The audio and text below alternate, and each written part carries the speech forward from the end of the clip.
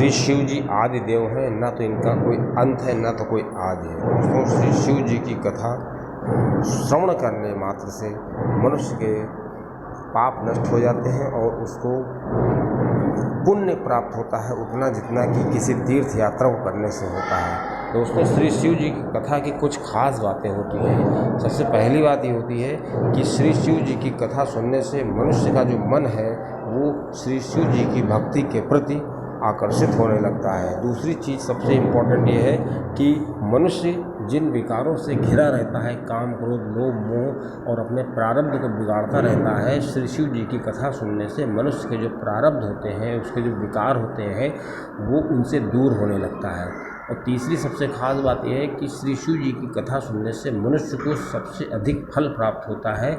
उतना फल प्राप्त होता है जैसे किसी तीर्थ यात्रा को करने से प्राप्त होता है। इससे मनुष्य के पूर्व जन्म के जो प्रारब्ध होते हैं शिव जी की कृपा से चमत्कारिक रूप से नष्ट हो जाते हैं। बस एक बात ध्यान रखिए, श्री शिव जी की कथा सुनते समय कथा को पूरी सुनना चाहिए, आधी अधूरी कथा सुनने से बचना चाहिए। इससे मनुष्य पाप का भागी बन जाता है। दोस्तों, मेजर टिप्स सिग्नल चैनल में आपका स्वागत है।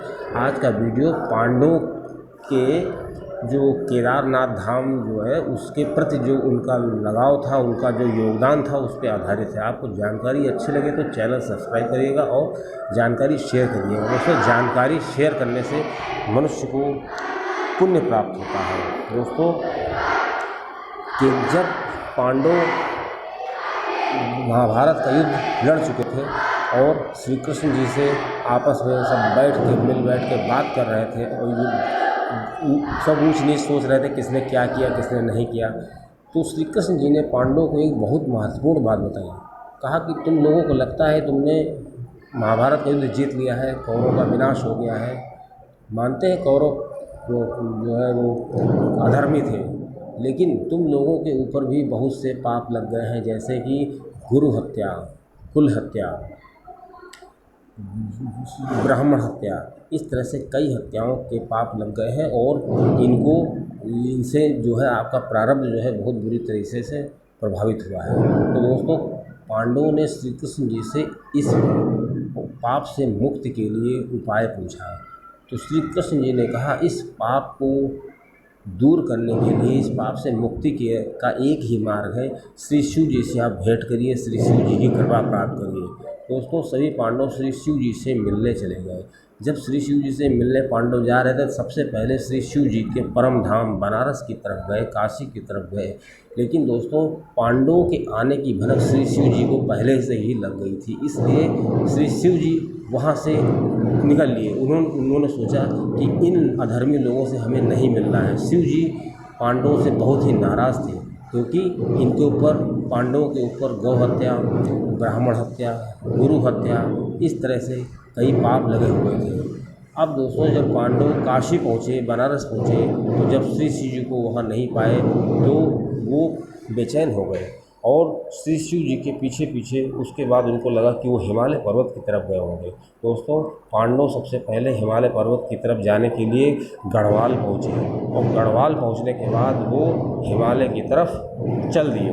दोस्तों, जब श्री शिव जी को भनक लगी कि मेरे पीछे पांडव मेरा पीछा कर रहे हैं, तो श्री शिव जी चलते जा रहे थे, पांडव उनका पीछा कर रहे थे। श्री शिव जी को लगा कि पांडव मेरा पीछा कर रहे हैं, तो दोस्तों श्री शिव जी ने क्या किया कि कुछ जानवर चल रहे थे, बैल भैंस चल रही थी, तो श्री शिव जी ने अपना बैल का भेष बना लिया, जानवरों के भेष में आ गए और उसी के बीच में चरने लगे।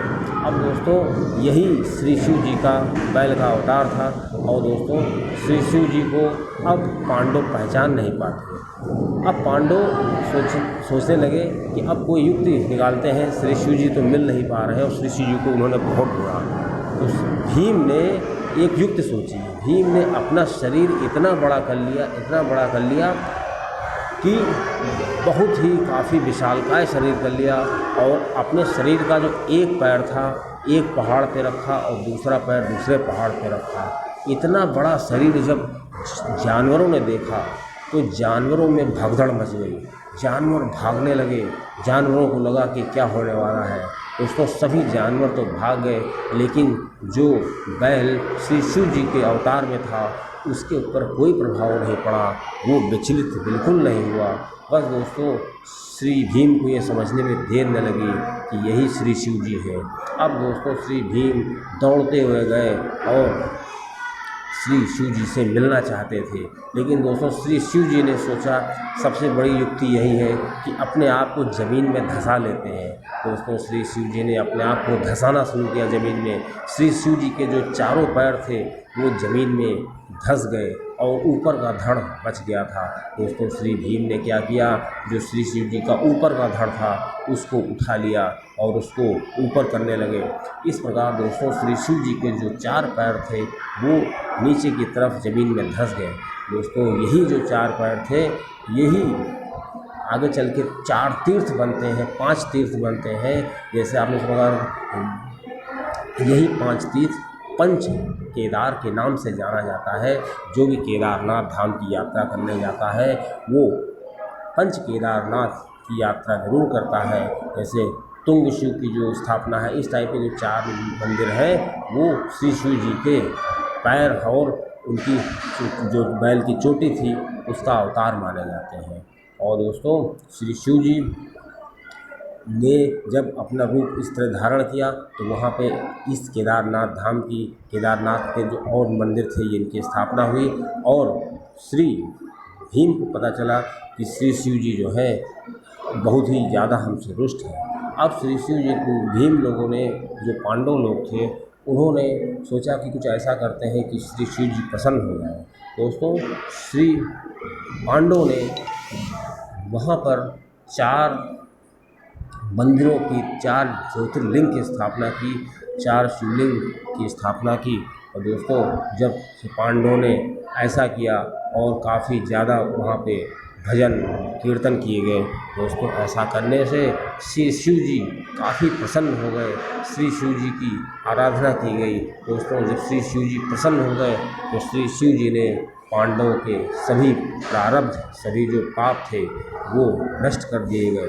दोस्तों इसी के बाद केदारनाथ धाम की स्थापना हुई और दोस्तों तभी से श्री शिव जी का वो धाम माना गया है।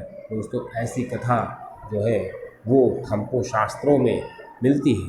दोस्तों केदारनाथ धाम की स्थापना होने के बाद 12वीं और 13वीं सदी में भी उसकी मरम्मत की गई। कुछ राजाओं ने उसकी मरम्मत कराई, लेकिन दोस्तों जो परीक्षित जी थे उनके जो पोते जन्मेजय जी ने काफ़ी योगदान दिया और केदारनाथ धाम का बिल्कुल पुनरुद्धार किया और वहाँ पे काफ़ी निर्माण कराया। दोस्तों श्री जन्मेजय जी का बहुत ही योगदान रहा है केदारनाथ धाम की स्थापना करने में। और दोस्तों उसके बाद बहुत समय बीत गया, जब केदारनाथ धाम जीर्ण शीर्ण हो गया, समय समय पर तत्कालीन राजाओं ने उसकी स्थापना कराई, उसका जीर्णोद्धार कराया। उसके बाद आदि शंकराचार्य जी की जब धरती पर आए, आदि शंकराचार्य जी ने उसका श्री केदारनाथ धाम का पूरा जीर्णोद्धार कराया और दोस्तों वहीं पर वो तपस्या करने लगे और वहीं पर उन्होंने अपने प्राण त्यागे थे। दोस्तों शंकराचार्य जी का केदारनाथ धाम के प्रति बहुत ही योगदान था और वो श्री शिव जी के भक्त थे। दोस्तों जानकारी अच्छी लगी हो तो आप जानकारी शेयर करिएगा।